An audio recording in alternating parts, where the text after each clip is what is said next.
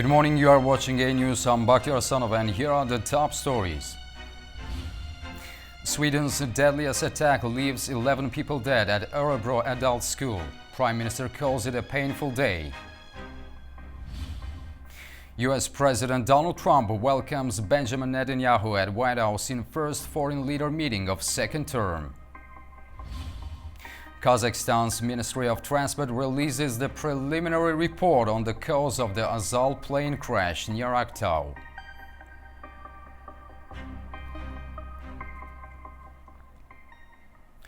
Sweden is grieving after its deadliest mass shooting. Police confirm 11 people were killed at an adult education center in Örebro. Sweden's deadliest attack has seen 11 people killed at a mass shooting at an adult education center in Örebro. 6 people were injured and are in hospital. 5 of those are with gunshot wounds. It happened at the Resperska School for Adults on Tuesday afternoon. Police believe the gunman acted alone and think he's the one of the dead. Police say the terrorism was not currently suspected as a motive. They have since searched several addresses in the town. Swedish Prime Minister Ulf Kristersson described the tragic event as a painful day. We have seen brutal, deadly violence against completely innocent people. This is the worst mass shooting in Swedish history. There are still a lot of answers missing, and I can't give them the answers either. But there will come a time when we will learn what has happened and what motives may have been behind it. Worried relatives searched hospitals for information about their loved ones. Among them was Ali El-Muqdad, who was looking for his brother-in-law, whom he believed to be a student there. I am a relative of her father, who is my sister's husband. We've been trying to get hold of him all day. We haven't been successful. We've called his phone. We don't have more information. So we're here at the hospital, trying to get information about him. One of Sweden's neighbors, Denmark, has offered full support. Danish Prime Minister Mette Frederiksen calls the situation terrible during her visit to London. I am so sad, and all my thoughts are with the victims and their families and with the entire Swedish community and society. It's a terrible situation, and of course our neighboring country have all of our support. Fatal attacks at schools are rare in Sweden. 10 people were killed in 7 incidents of deadly violence at education centers between 2010 and 2022, according to the Swedish National Council for Crime Prevention. US President Donald Trump says he will take over Gaza during a meeting with Israeli Prime Minister Benjamin Netanyahu at the White House. Their talks focused on the ongoing conflict and regional security. Our own Ubi Shbander brings us all the latest details from Washington, D.C. President Trump welcomed Israel's Prime Minister Benjamin Netanyahu to the White House on Tuesday. This is President Trump's first meeting with a foreign head of state since he won re-election. At a joint press conference following their meeting, President Trump highlighted the strength of his partnership with Prime Minister Netanyahu and the Israeli-American alliance, saying that over the past 4 years, the U.S. and Israeli alliance has been tested more than any time in history, but the bonds of friendship between the American and Israeli people have endured for generations. Those were the words of President Trump. Trump said that the October 7th attack by Hamas was an all-out attack against the Jewish state and the Jewish homeland, and that together, America and Israel will renew the optimism that shined 4 years ago, adding that the U.S. also wants Arab and Muslim nations to have peace and tranquility. In a major announcement, President Trump revealed that the U.S. will take over the rebuilding of the Gaza Strip, which he called a symbol for death and destruction for the past decades. We should go to other countries of interest with humanitarian hearts, and there are many of them that want to do this, and build various domains that will ultimately be occupied by the 1.8 million Palestinians living in Gaza, ending the death and destruction and, frankly, bad luck.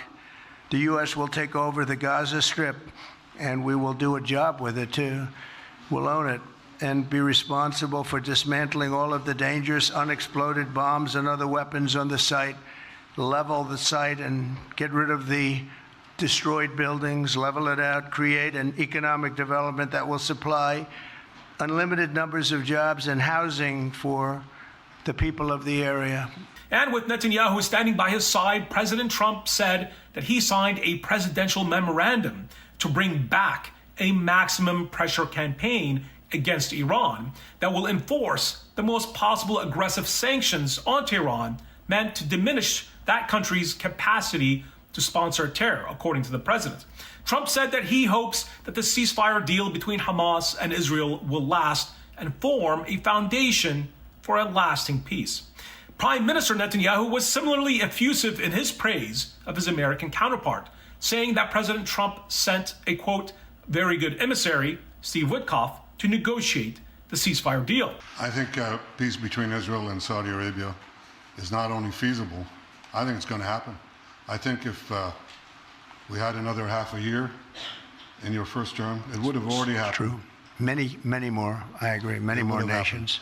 I think you can't prejudge and pre-guess how we'll achieve it, but I'm committed to achieving it. I know the president is committed to achieving it, and I think the Saudi leadership is interested to achieve it. So we'll give it a good shot, and I think we'll succeed. Regarding future plans for Gaza and its inhabitants, President Trump said that he believes that the leaders of Jordan and Egypt will ultimately accept the resettlement of Palestinians from Gaza, and that Gaza is currently a demolition site. According to the president, there needs to be another location that will offer a safe alternative to the Palestinians. Prime Minister Netanyahu was pressed by reporters on whether he was happy with the current ceasefire deal. The Prime Minister said that when Israel and the United States work together, the chances for success are high. Prime Minister Netanyahu also highlighted President Trump's leadership in brokering a historic peace deal between Israel and 4 other Arab states as part of the Abraham Accords. Netanyahu said that Israel has managed to overcome its regional adversaries, saying that Israeli forces have taken out most of Hamas's senior leadership, decimated Hezbollah, and crippled Iran's air defenses. According to the Prime Minister, Israel has defeated some of America's worst enemies who have also shed American blood. He added that Israel's victory will be America's victory. That's a direct quote. One reporter asked President Trump whether a normalization deal between Israel and the Kingdom of Saudi Arabia could be achieved. Trump responded that the Saudis have been very helpful and that they also want peace in the Middle East. I can tell you, I spoke to other leaders of countries in the Middle East, and they love the idea. They say it would really bring stability, and what we need is... President Trump simply replied, "We will become more violent. Promises have been made." Amubi Shabander reporting for A News, Washington, D.C. As the ceasefire in Gaza holds, Palestinians reject any ideas of relocations and are urgently seeking increased international aid to address the growing needs of the displaced population. Palestinians in Khan Yunis check their names against the United Nations Relief and Works Agency for Palestine Refugees aid distribution lists as supplies were handed out. Displaced families from across the Strip collected aid packages, urging for more due to critical shortages of essential supplies. If it weren't for God, then the agency distributing aid, this is the only help we have received. Thank God, Lord of the two worlds. We ask for more aid, especially essential supplies. We need plates, pots, bedding, blankets. We want flour as we have very little. Until now, I haven't received any flour, and I have none at home. We need everything from aid. We need everything.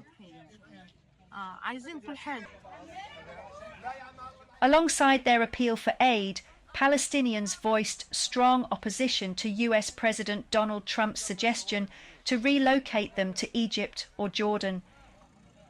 The US President's call for the displacement of the entire Gaza Strip is completely rejected. It is impossible.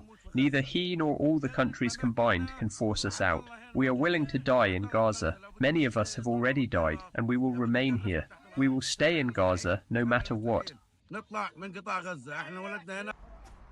Palestinians continue to call for urgent aid to rebuild their lives amid Gaza's prolonged struggle for recovery. With a fragile ceasefire in place, displaced families are appealing billions in emergency assistance to help them rebuild and recover from the devastation.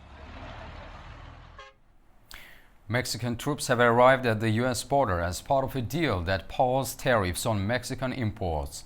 Mexican President Claudia Sheinbaum and U.S. President Donald Trump have agreed to deploy 10,000 National Guard personnel to address fentanyl trafficking and illegal migration. The troops will be stationed in key border states including Baja California, Sonora and Tamaulipas. Additionally, the United States will restrict the flow of high-powered weapons into Mexico. This deployment follows Trump's threat of a 25% tariff on Mexican imports, which Mexico plans to counter with retaliatory measures. Unidentified pieces of metal debris were found inside the Azerbaijani Airlines plane that crashed in Kazakhstan last year, according to a preliminary report from Kazakhstan's Ministry of Transport. The deadly event happened on the 25th of December, killing 38 people and injuring 29. Fariza Kalimurzina reports from Almaty. A preliminary report has been released on the crash of an Azerbaijani Airlines passenger jet in Kazakhstan on 25 December last year.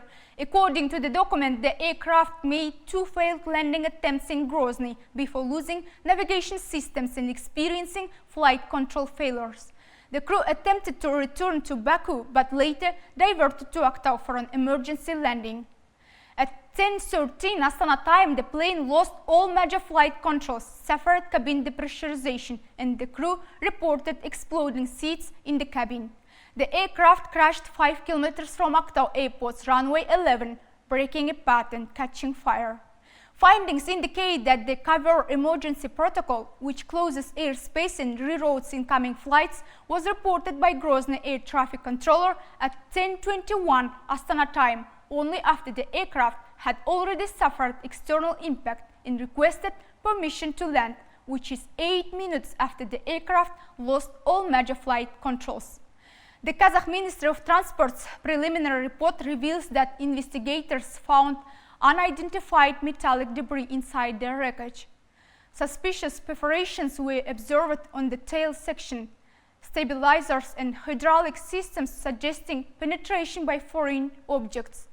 Forensic tests will be conducted to determine the nature of these objects. Authorities from Azerbaijan, Kazakhstan, Russia and Brazil are involved in the investigation. The experts are analyzing flight data recorders and wreckage materials. The final report will be released once the full investigation is complete. From Almaty, Kazakhstan, Fariza Kalimurzina, A News. 5 people were killed and 55 injured in a Russian strike in Ukrainian town of Izium in the Kharkiv region, according to Ukrainian officials. Russian forces hit the town's central district using a ballistic missile, the region's governor Oleh Sinjobov said on Telegram. State Emergency Service of Ukraine released a video showing bodies in body bags near a destroyed building. International Atomic Energy Agency Chief Rafael Grossi visited Ukraine and inspected an electricity distribution substation. Grossi warned that attacks on Ukraine's power grid could pose a risk of nuclear accident by disrupting supply. He reaffirmed the agency's support for Ukraine and commitment to nuclear security through open communication. As part of ongoing diplomatic efforts, Grossi announced plans to visit Moscow for further discussions. Turkish President Recep Tayyip Erdogan hailed Syrian President Ahmed al-Sharra's visit to Ankara as a landmark moment, marking the start of a new era of enduring friendship and collaboration between the two nations. Speaking at a joint press conference with Syrian President Ahmed al-Sharra, President Recep Tayyip Erdogan emphasized Turkey's commitment to Syria's territorial integrity and unity. Turkey is ready to assist in reconstructing devastated Syrian cities, Erdogan said, adding that he believes accelerating economic recovery will encourage the voluntary return of Syrian refugees. The two leaders also discussed joint steps to establish security and economic stability. Erdogan highlighted progress in multidimensional relations, including trade, civil aviation, energy, health, and education. Beyond humanitarian aid, we support rebuilding Syria's critical infrastructure. As its economic recovery advances, voluntary returns will follow. However, international sanctions hindered progress. Turkey's efforts have eased some restrictions, but we remain committed to lifting them entirely. Turkish president also called for financial and moral support from the Arab and Islamic world for Syria's new administration and people, describing it as crucial. Erdogan pledged Turkey's support in Syria's fight against terror groups, including ISIS and the PKK. President al-Shara welcomed the prospect of closer cooperation with Turkey in key sectors, expressing gratitude for Ankara's continued support.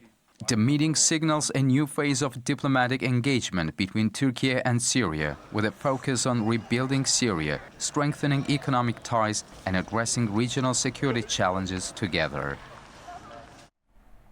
Uganda has deployed additional troops into eastern Congo, raising concerns of a wider regional conflict.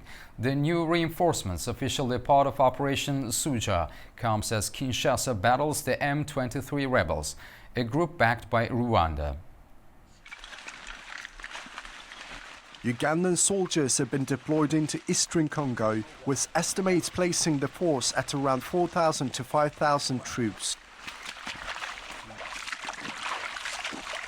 The move comes amid escalating tensions as the M23 rebel group continues to advance in the region.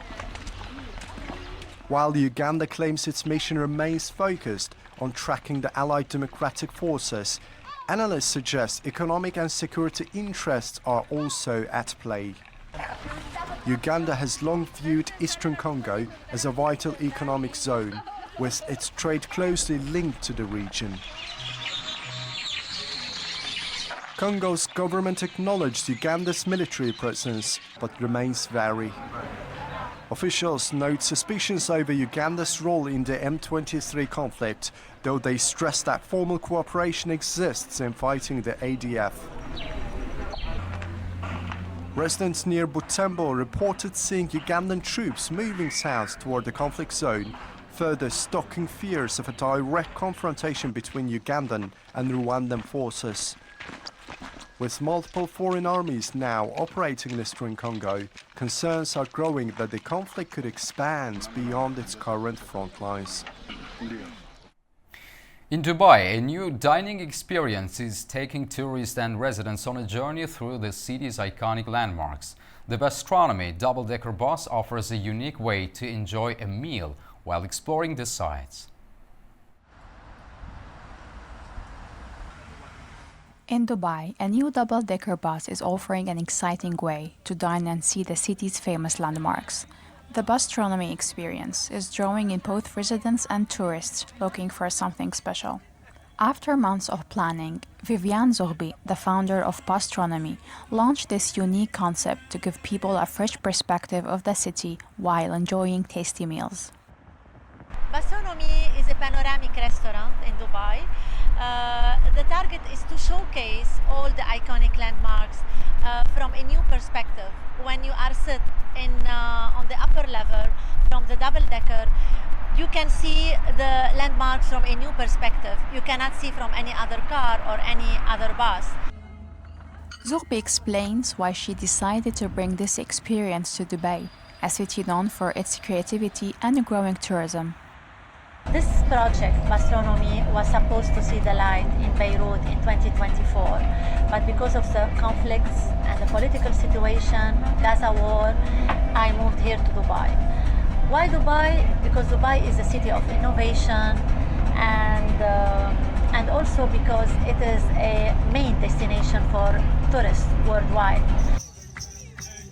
For many customers, this experience is a chance to enjoy the city's sights in a new way. Sandrine Hage, a resident of Dubai, shares her thoughts. Gastronomy Dubai is a must-try experience in Dubai. Even though I'm a resident here for 3 years, I had the opportunity to see Dubai from a different perspective. Daniel Viteri, a visitor to Dubai, explains why he enjoyed the relaxed atmosphere on the bus while touring the city's famous attractions. The bus is incredible. It's really nice. It's really beautiful, really cozy, and also everything. I mean, I think the route, the tour, you're going to see, the main attractions in Dubai, which is really great. The Bustronomy experience is quickly becoming a popular way to see Dubai sights while enjoying a unique and relaxing meal, offering both tourists and residents a fun and comfortable way to explore the city.